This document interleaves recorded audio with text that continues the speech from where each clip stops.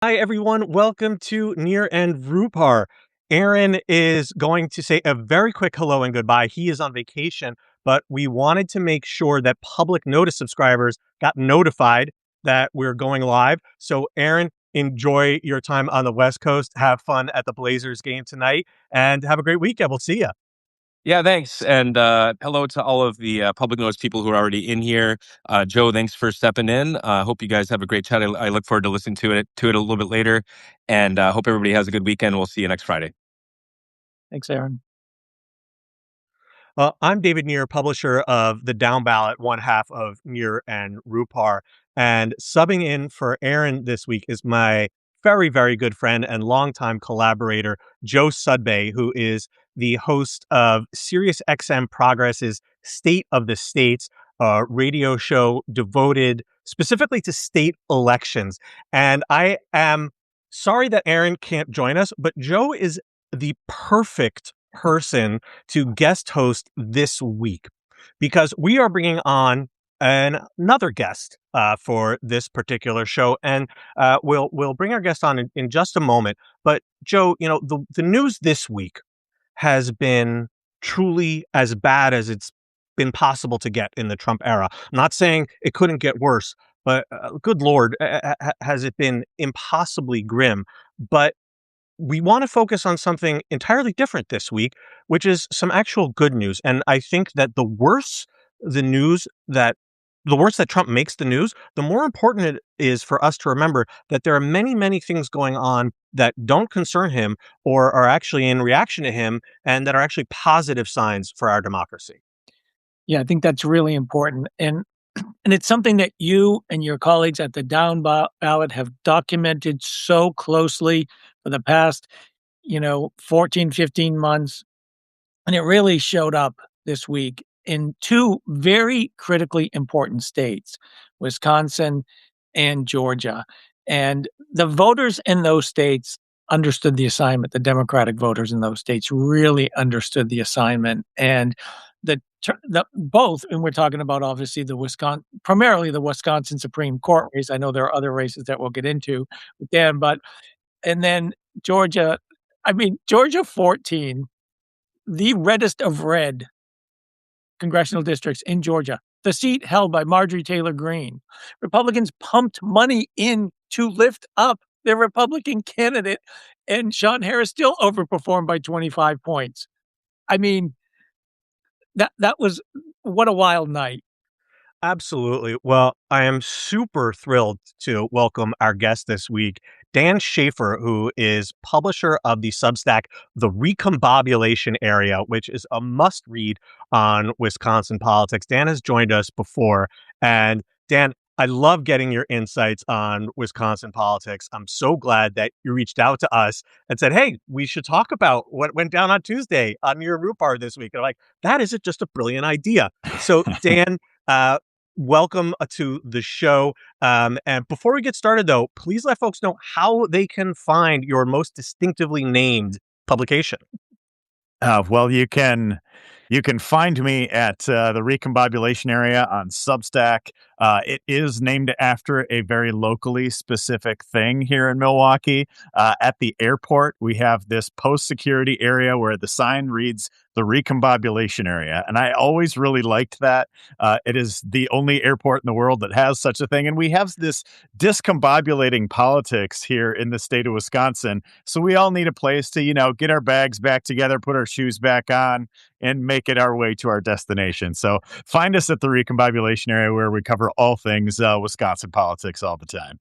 So, all things Wisconsin politics, I am sure that everyone tuning in is very well aware of the headline news in your home state from Tuesday, which of course was the unbelievable landslide in the state Supreme Court contest for the Liberal candidate, Chris Taylor. So, Dan, why don't you just walk us through, give us sort of the thumbnail sketch of what went down and why the result was such an enormous rout compared even to other recent Supreme Court elections where liberals have already done very well.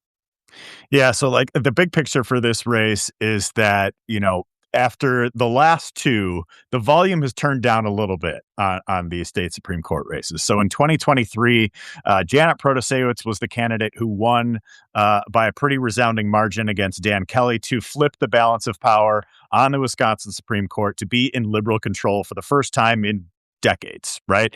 And so Protasewicz won this double-digit victory in 2023. It was this huge moment, but for many people, they were worried that it was going to be short-lived because there was another election coming up in 2025 that could flip the balance of power back to conservative control.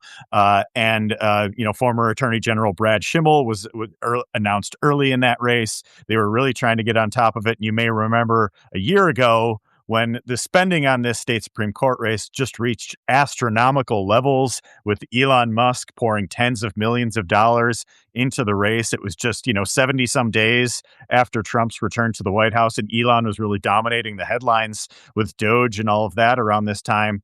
And, he has a rally in Green Bay. He's wearing a cheese head. He's giving up these ridiculous and possibly illegal $1 million checks to people on the campaign trail. And there was just this kind of circus around it. And despite all of that, the Liberal candidate, Susan Crawford, still won, still by a double-digit margin. And that really solidified the Liberal control on the court for quite some time.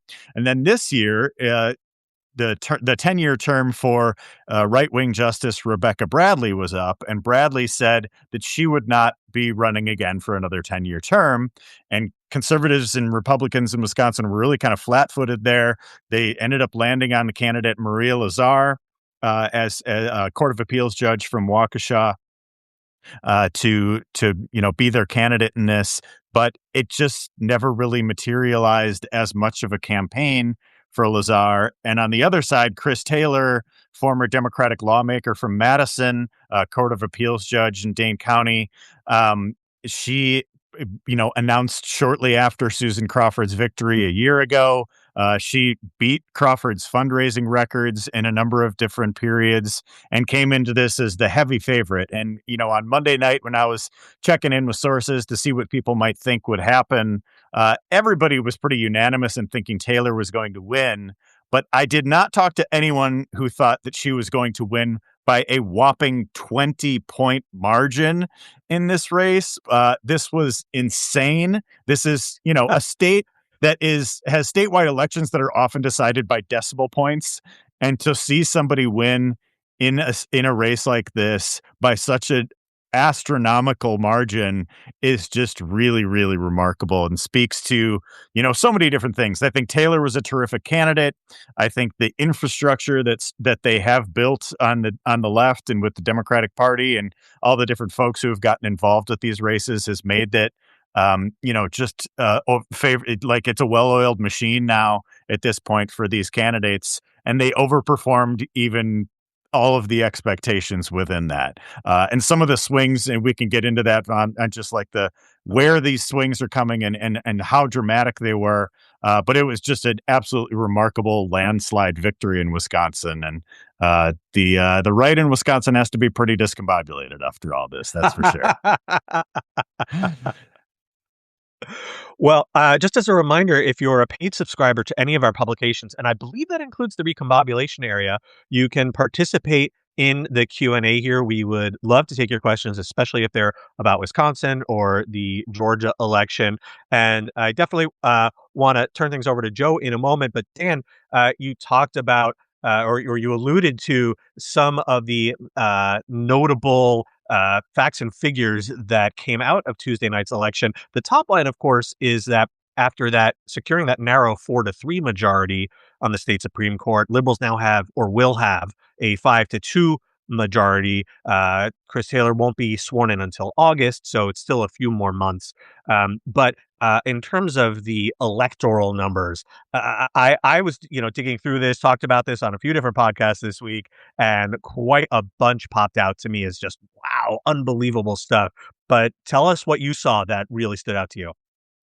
Well, I think it's not just, people often, especially folks on the right, like to characterize Wisconsin as just like there are liberal voters in Milwaukee and Madison and the rest of the state is red. And I always push back on that because it is just not true. It does not fully understand the scope of, kind of where votes come from in Wisconsin. A lot of the mid-sized cities, college towns, whatever it might be, have been shifting left for a number of years now. And I think you saw in places like Western Wisconsin, that is a very swingy part of the state, the Fox Valley. Even some counties that have been part of like the traditional Republican stronghold in Wisconsin, the WOW counties, the three counties that surround Milwaukee, have been, the conservative stronghold for ages in the state.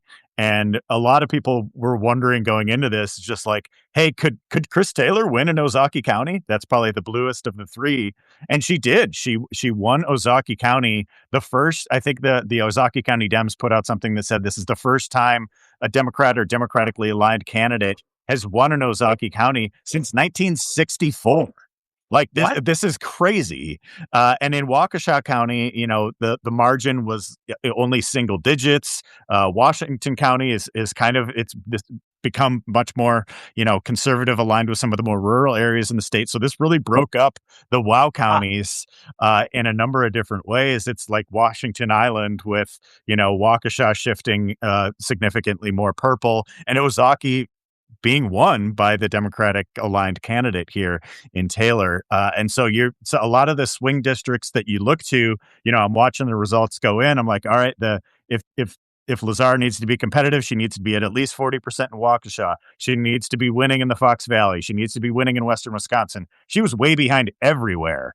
And so I think the race was more or less called, within like a half hour of it being closed, which for Wisconsin is really, really early. Yeah.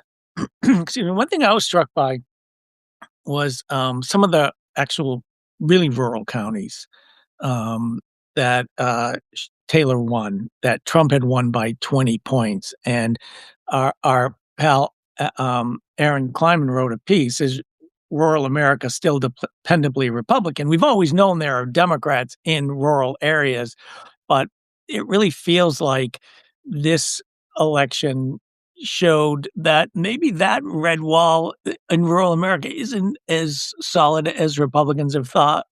What are your thoughts on that? Yeah, I think it's a great point. I mean, the some of the counties that had shifted most significantly to Trump in the 2024 election, a lot of the kind of Obama Trump counties that people look to in 2016 and what have you, are in Western Wisconsin, and in particular in southwestern Wisconsin and the Driftless region, that region where Minnesota, Iowa, Illinois, like a lot of that region has really shifted significantly towards Republicans since 2016. But that is where we saw some of the biggest shifts towards the left for Taylor in this election. There were a number of, kind of southwestern and western counties that shifted by like 25-point margins. There were three key counties that shifted by more than 30-point margins in western Wisconsin. And, that's a district that is going to have a congressional race that Cook Political has listed as a toss-up right now.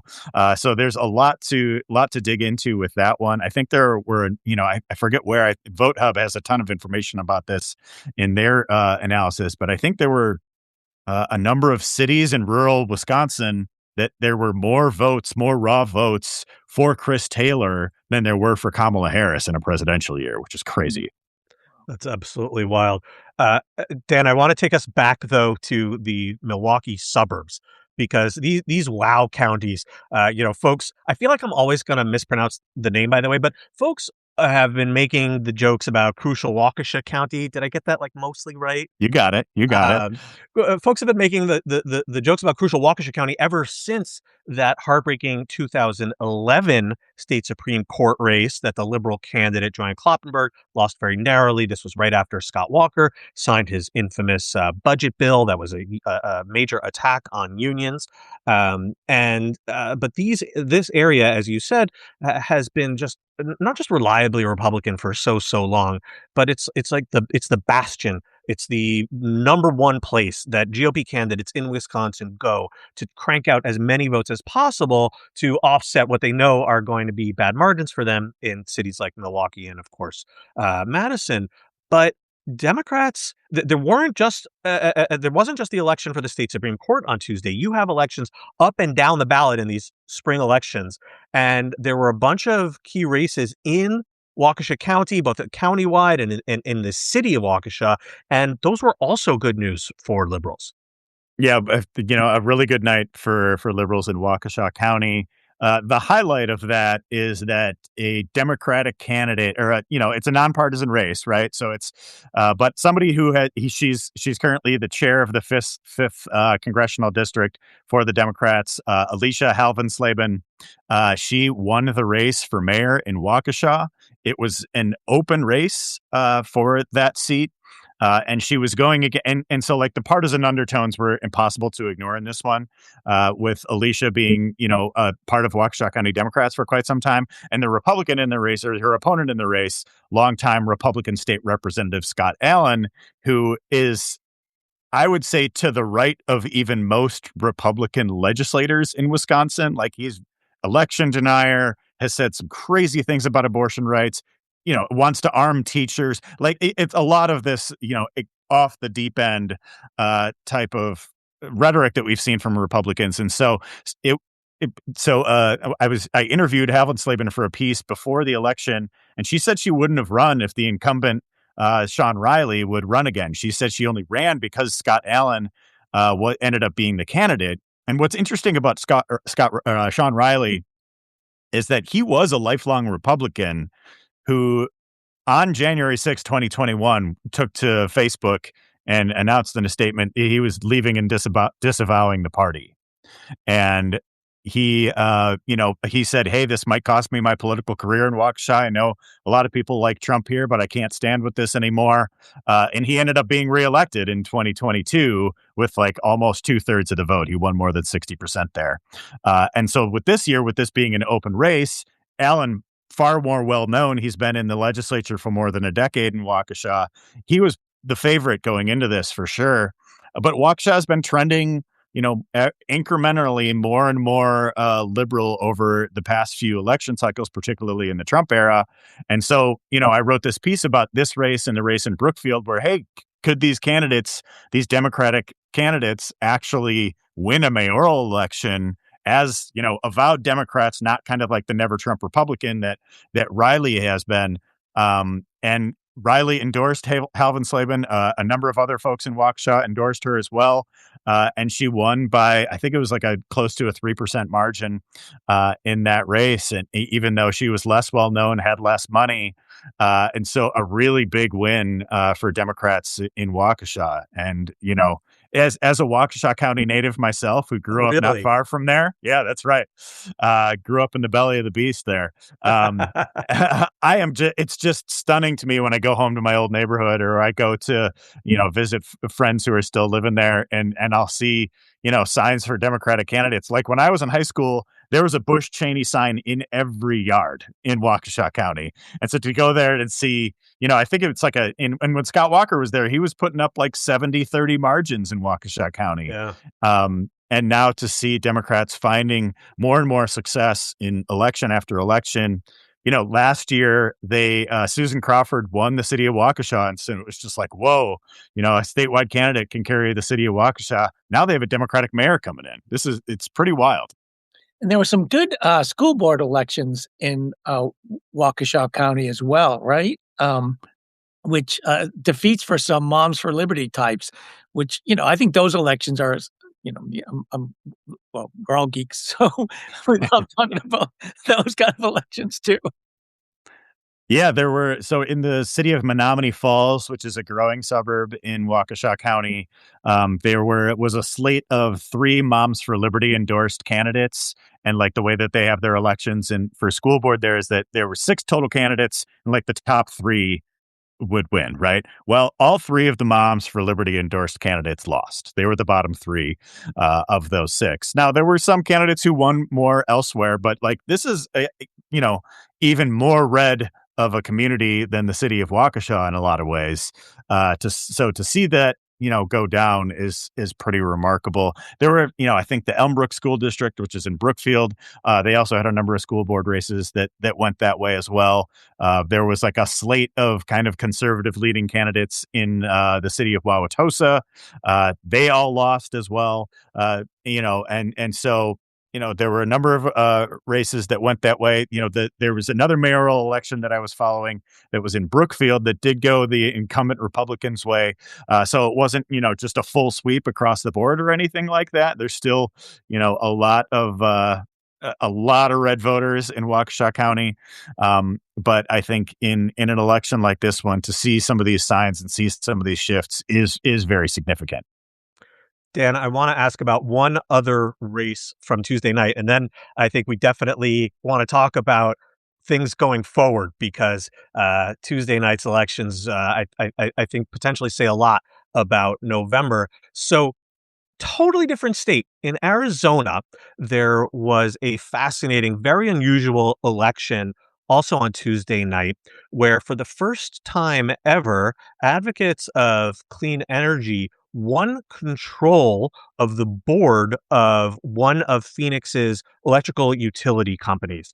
And they were opposed by candidates from backed by Turning Point USA, which of course was Charlie Kirk's organization. And it was a really remarkable turnaround because pro-business candidates have always won these elections. They've always been sleepy affairs, and folks haven't paid attention to them. And that has really dramatically changed in so many places that there is much more attention now on elections for these bodies that regulate utilities and all sorts of issues associated with them. And you flagged an election for us while we were prepping for this show that I wasn't aware of, about a city in southeastern Wisconsin that actually passed a ballot measure cracking down on data centers, which you said is the first such vote in the country anywhere. So tell us about that. Yeah, data centers have really been emerging as a major issue in Wisconsin. There are a lot of these really big projects coming here. I have to think it has something to do with having one of the world's largest freshwater supplies in the Great Lakes, and a lot of land available. And so there's in Port Washington, which is in Ozaukee County, as I mentioned, is one of the counties that actually the Wow County that flipped blue in this race. There was a referendum in the city of Port Washington. Now, this doesn't actually derail the data center that is being built in Port Washington. There's a huge $15 billion facility being built by OpenAI and Oracle. But there has been a lot of local level turmoil that has been happening in response to this. There were, there was even some activists that were arrested at open meetings for this and all of that. It has really become a major issue. And I think, this referendum just really speaks to how this has been an issue, becoming an issue on the local level. And I think it is going to be continuing to, kind of become more and more of an issue on the statewide level too, because so many of these companies have come to Wisconsin, come to these communities and say, hey, we want to build here. If you don't build here, we're just going to go to the next town over and ask them for, whatever favorable deal. And so kind of pitting community against community. And I think at the statewide level, there's been some legislation that's been proposed, but I think, we've got a gubernatorial election in Wisconsin coming up this year. And I think this data center issue is going to be a significant one because I think, at the local level, people are really worried about energy costs. People are really worried about water use. And people are really worried about, I think, or just concerned more broadly about AI. There was a Marquette polled about this a couple different times over the past couple of months and said not only are people opposed to these data center constructions, they're opposed to just AI in general. And so I think this as a physical manifestation of that tech incursion into our lives, I think people are really pushing back on it in a pretty significant way, and this is in, the Wow counties, I would say, is more of just kind of your Paul Ryan business friendly conservative types and not the, Trump populists necessarily. And this finding that success in a community like Port Washington that is probably a little bit more white collar than some of the other communities that this has happened in, I think is really interesting. Like even the local business kind of lobbying group, the MMAC in southeastern Wisconsin, they gotten involved with this and tried to like make it. I forget the details, but they had gotten involved basically on the side of the corporations that were getting into this. And so there's so often that just there's an issue that starts in Wisconsin, right? And here is yet another one that where, maybe the people will take a cue from this in Wisconsin and bring this type of local level referendum to push back against future projects or bring more oversight or whatever types of details that there really are. I apologize. I don't have every detail on what this referendum exactly means, but I do think it's just overall very significant. Just like it passed by a 2-1 margin, and I do think this is going to be a big issue in the midterms. I'll tell you, I talk to state legislators and ledge candidates every week on my SiriusXM Progress show, and data centers have increasingly become an issue that they're hearing on the doors. And actually, there was an election in a town called Festus, Missouri. I know Festus is my grandfather's name, so I see that name and it resonates with me. But and the city council had passed a $6 billion approved a $6 billion data center. 4 of them lost the next week in the city council race. So I do think you're right. This is something that's going to really resonate as people understand the implications for their lives from some of the most demonic people on the planet. You mentioned we want to talk about what's moving forward. Obviously, you mentioned there's a gubernatorial race. It looks like Taylor won every congressional district but one. But the one I'm stuck on, again, because I focus and I obsess about state legislative races, I saw VoteHub reported that Taylor in 2024, when Democrats picked up 10 seats in the assembly, Trump won 50 districts, Kamala Harris won 49. On Tuesday, Taylor won 79 districts. 79. 79. That's what 79 out of 99. The number I have is 70. So I maybe there's some. Oh, but okay. Yeah. But Yeah. That's still really big. Yeah. And the margin right now is 54-45. Republicans control. Actually, you have the assistant minority leader for now, Kellen Haywood on my show this week. We were just talking about this. They are gearing up to take control. The Senate could possibly take control. What does Tuesday's election portend for some of these elections in November? Yeah, and I think it obviously has to have some folks worried on the right that this that not only is there the opposition to Trump that we're seeing, his numbers are getting worse and worse, but I think at the state legislative level, there's been a lot of change there too. So in recent months, the Senate Majority Leader, Devin LeMahieu, announced that he is not going to be running again. So they're going to be having different Republican leadership there. And I think perhaps most significantly is that longtime Assembly Speaker, the longest serving Assembly Speaker in state history, Robin Vos, he is retiring at the end of his term too.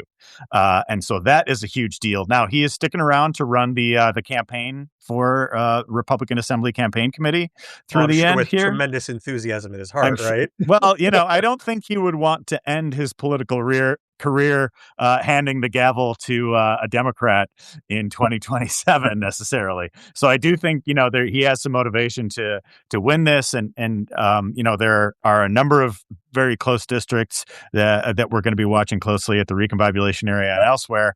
But I think the big picture on this too is that this is the first real opportunity for Democrats to win a majority in the state legislature in more than 15 years. Because of the gerrymandered maps that we've had in the state, that kind of baked in Republican control of the Assembly and the Senate for all of the 2010s. And then, things have changed pretty significantly with the state Supreme Court striking down those maps as unconstitutional. Tony Evers' new maps being signed into law before the 2024 election. But those were for all 99 Assembly seats. Only half of the state Senate was up that time. So this year is the first real opportunity to flip both the Senate and the Assembly.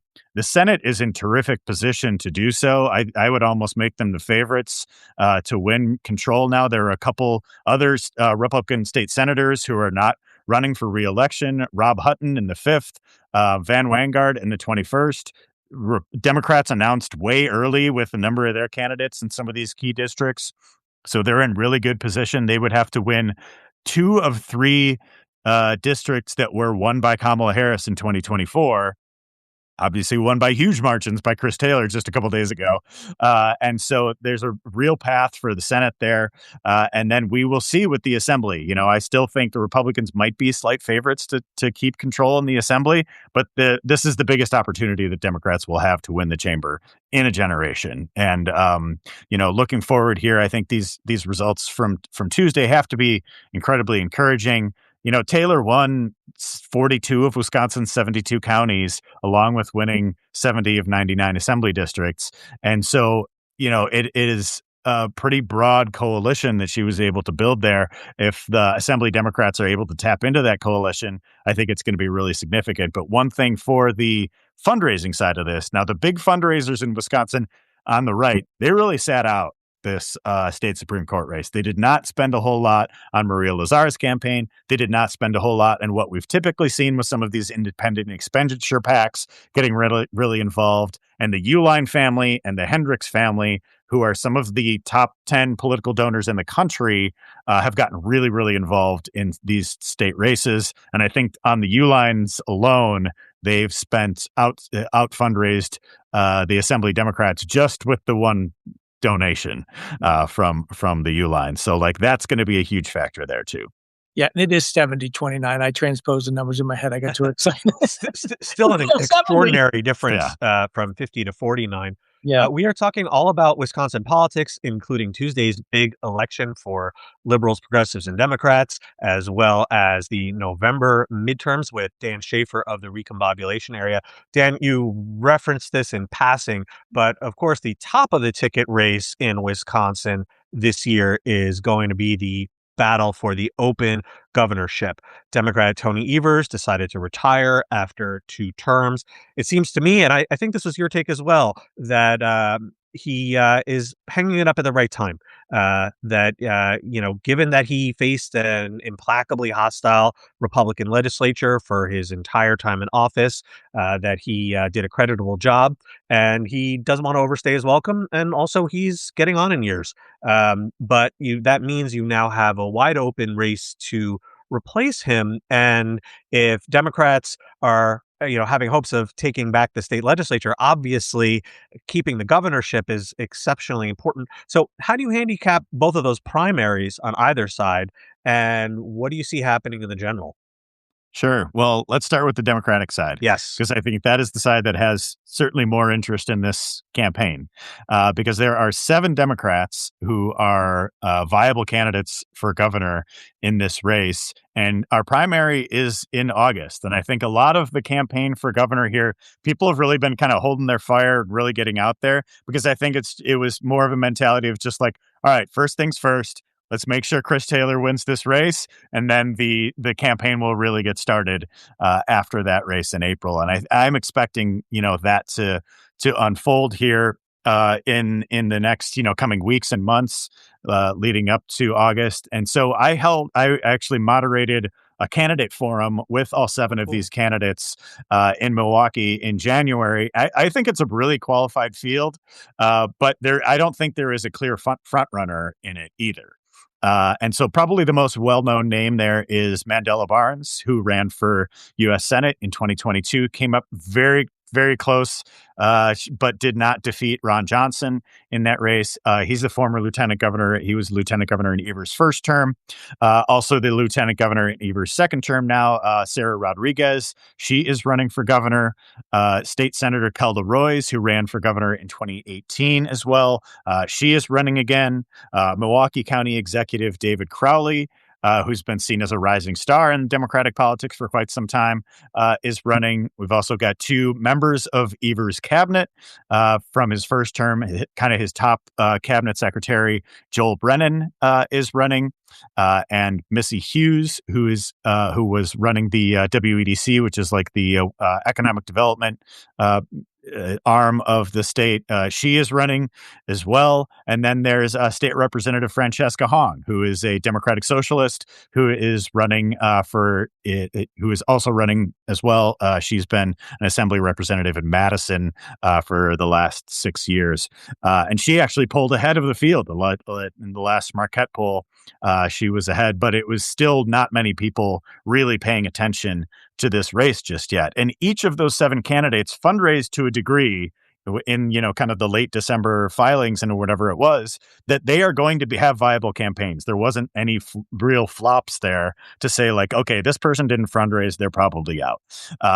They're all going to be in the mix. So I think this is going to be a really interesting discussion on the future of Wisconsin. And as I said before with the data center thing, like, if it happens in Wisconsin, it often happens first here. So I'm looking to this race as Democrats across the country are just like, what direction are we going to go? What's our party really stand for?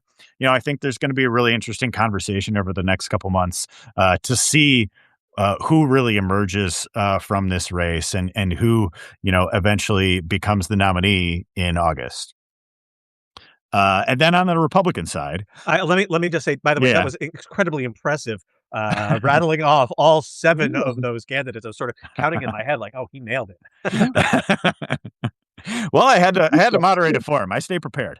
The GOP side is a little bit simpler, though.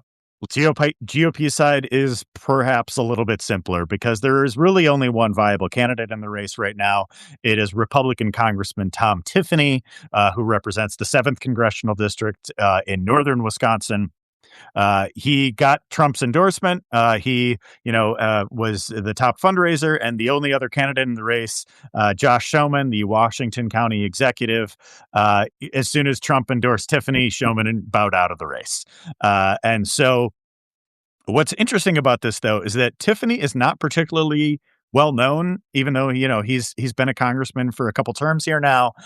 In the last Marquette polling, about half of voters still didn't really know who he is. And they did a poll of, kind of who people are favoring in the Republican field.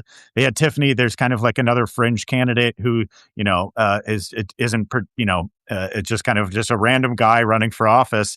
And, they pulled Tiffany, this other guy, and undecided. And there were more undecided people in the race than people who were siding with Tiffany, even though he's really the only viable candidate in the race. And it's interesting about Wisconsin, too, is that Wisconsin has never elected a member of Congress as governor. There's never been the jump from Congress to governor. And I think Tiffany has a record of siding with Trump, I think close to, if not 100% of the time. And he was also one of the members of Congress who signed on to try to and the vote to overturn the election on January 6th. So he has a lot that people are going to be able to go after with him. Republicans are trying to get themselves excited about Tiffany as the candidate. I'm just not seeing it. I think he's below replacement level as a candidate for governor. And, we talked about like they're eroding support in the WOW counties. Being from northern Wisconsin, people in the Milwaukee media market and in Madison, where, the liberal candidates are going to win there, but you need to get Republican votes in order to win statewide. Even former Governor Tommy Thompson told one of our hosts on another civic media show that he doesn't think Tiffany can win by not being able to get enough votes out of Milwaukee and Madison. And so I don't think he's a very strong candidate. But Democrats have screwed things up before, so we can't put it past them in this one either. Truer words. Wow. Yeah. So, and when's the primary is not until August, though, right? So, right. And I expect the intensity in the Democratic primary is going to pick up pretty soon. Have you seen any start of any negative campaigning yet? I mean, I know we just had Tuesday and they got past Tuesday, but has it started yet? Has the sniping? Not publicly, I haven't, there's been maybe a little bit of little bit of sniping in the DMs in the group chats and whatever it might be. But there hasn't really been a whole lot of public back and forth just yet. I mean, we shall see kind of how this unfolds. But I really don't think anybody was going to, you know, uh, get out there and make a whole lot of waves before the spring election. It was, there was some discipline demonstrated here, and I do think some of the folks are just like, let's just get Chris Taylor over the finish line, and see what happens next. And we'll see what happens as this unfolds. I'm kind of interested in some of the regional differences here. A lot of the candidates are from Milwaukee and Madison, but we just saw Madison deliver these insane margins to Chris Taylor in this race. Like, who is the candidate who could, win those Madison voters? We've got, Mandela Barnes, who was the lieutenant governor. He's got a lot of support in Madison. State Senator Kelda Royce is from Madison. Francesca Hong is from Madison. Who could win that cohort? And then at the same time, David Crowley being the Milwaukee County executive, does that give him a distinct advantage in the Milwaukee media market?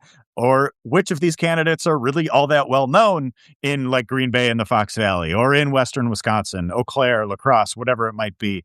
I think there's a regional aspect, kind of like several little kind of micro primaries within this that I think are really fascinating to suss out in the next few months too. And I think there is the liberal conservative thing with Francesca Hong, really kind of being able to grab that lane of progressive support. She was, very much, she's everywhere in social media.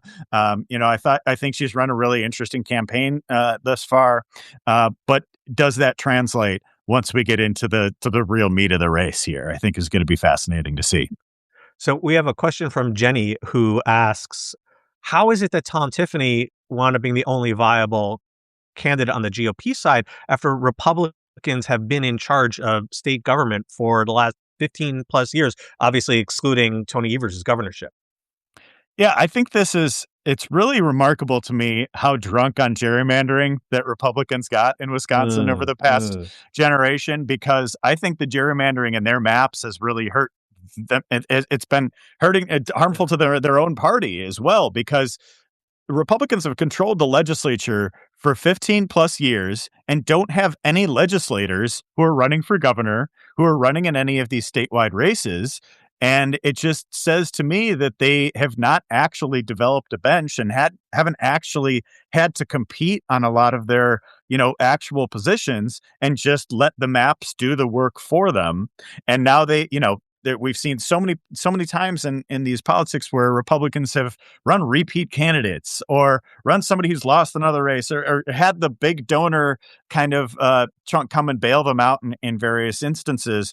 And I just don't think that has positioned any of their candidates to do that well. It seems crazy to me that 15 years of Republican control of the legislature and none of them are running for governor in the first time there's an open seat. It's fascinating. That's a really amazing point. Yeah. Can I just jump into the congressional races just for a minute? Because we mentioned Taylor won all but one of the districts, and won quite commandingly, in particularly the first congressional district, which is Steele, right? And then the third, which is the toss-up, Van Orden. What's the buzz on those races? Yeah, I think in the third congressional district, that was a district that Trump won by nearly 8 points, and that Chris Taylor just won by 20 points. Yeah. So it's a big swing there. Western Wisconsin has a real independent streak, but and Rebecca Cook is the top candidate there. She ran also in 2024. She outran the top of the ticket in her district in that year, so I think that portends well for her. There is another candidate in the race, Eau Claire Common Council President Emily Berge, who's run a strong challenger campaign as well. But I think with Cook getting some of the big name endorsements, she's been endorsed by Tammy Baldwin. She was endorsed by the DCCC. So I think she is going to be the presumptive candidate there. And she's also kind of taken this pretty interesting big tent approach. Like, she's had endorsements from Bernie Sanders and from a lot of like the kind of centrist abundance, like the Blue Dogs, crowd, right? From the Blue Dogs, yeah. I was like, this is very Bernie unusual. Sanders. Yeah. So I find her to be a pretty fascinating candidate. But I think in the first congressional district, I think Democrats are still in trouble there, because I think style has outrun the top of the ticket repeatedly. in his district, in the first congressional district, since he kind of took the torch from Paul Ryan there. There was a candidate that DCCC did not invest in that race 4 years ago, but they did in 2024. But Style actually did even better in 2024 than he did in 22. So I think, he has been a pretty consistent overperformer. I was wondering if he was going to jump into the race for governor, because I think he would be a much stronger statewide candidate based on the success that he's had in his district. But maybe he's smart enough to recognize that this is not the year for a Republican to run statewide. So he's running again in the first congressional district. There are not a lot of big name Democrats running in that one yet. There are a couple people who have gotten into the mix, but nobody with a whole lot of name recognition, nobody with a whole lot of support, kind of like baked in support from, be it a state senator, a state representative, something like that. So I still think that is going to be a tough district unless they find a better candidate there, which, there's still time, right? It's still possible. But I think the toss-up race in the third congressional district is really the one to watch in Wisconsin. Yeah. Dan, before we wrap up, there is one last election that I want to ask you about, and it's not taking place this year. Next April, you already have another state Supreme Court election. In fact, Wisconsin is the only state, as far as I'm aware, that has these regular statewide elections at a time other than in November. You have these spring elections, and it's another conservative held seat. So just give us a quick thumbnail sketch on that one, because liberals have a chance to expand their majority even further. It's true. Annette Ziegler, conservative candidate, she already announced that she is not running for re-election. She's already served 2 10-year terms on the court. So this was pretty expected. But there is obviously a real chance for liberals to expand their majority from 5-2 this year to 6-1 next year. And that 6-1, the one is Brian Hagedorn. And Brian Hagedorn was for a long time the swing vote on the court. He was the one conservative who sided with the liberals on the court when Trump tried to push to overturn the election in Wisconsin. 3 conservatives voted with Trump, and Hagedorn was the swing vote that sided with the other liberals on the court to ultimately make the decision in that race. And so not only is it 6-1, it's 6 to Hagedorn, which he's not, particularly well liked by the MAGA base in Wisconsin right now. But I think he's the only candidate who has won, only conservative candidate who has won, and he won by like 6,000 votes. It was a really, really close race in 2019 when he ran and won. And so, there is a real opportunity for liberals to expand that. I expect them to already have a candidate ready to announce in the not too distant future, and keep the that well-oiled machine running and the infrastructure rolling along to, again, be the favorites to win another big spring election. Well, we have been talking all about Wisconsin politics with Dan Shafer of the fantastic Substack publication, The Recombobulation Area. Please check him out. Google Recombobulation Area, comes up right at the top, or search for him in the Substack app. You should subscribe, become a paying subscriber. Dan, thank you so much for joining us on the show. And also, before we sign off, where can folks follow you on social media? You can find me on Twitter and Blue Sky and Threads and Instagram and Facebook, either Dan Shafer or the Recombobulation Area for all of them. So I'm out there. I'm easy to find. You can come get at me. Awesome. Well, Dan, thank you so much. We had almost 500 people tuning in. Thank you to everyone for tuning into Near and Rupar. We will be back next week at our usual time, 2 p.m. Eastern. Joe Sudbay of SiriusXM Progress, State of the States. Thank you, as always, for being such a loyal and faithful and reliable guest host. Aaron will be back next week. Everyone, have a fantastic weekend.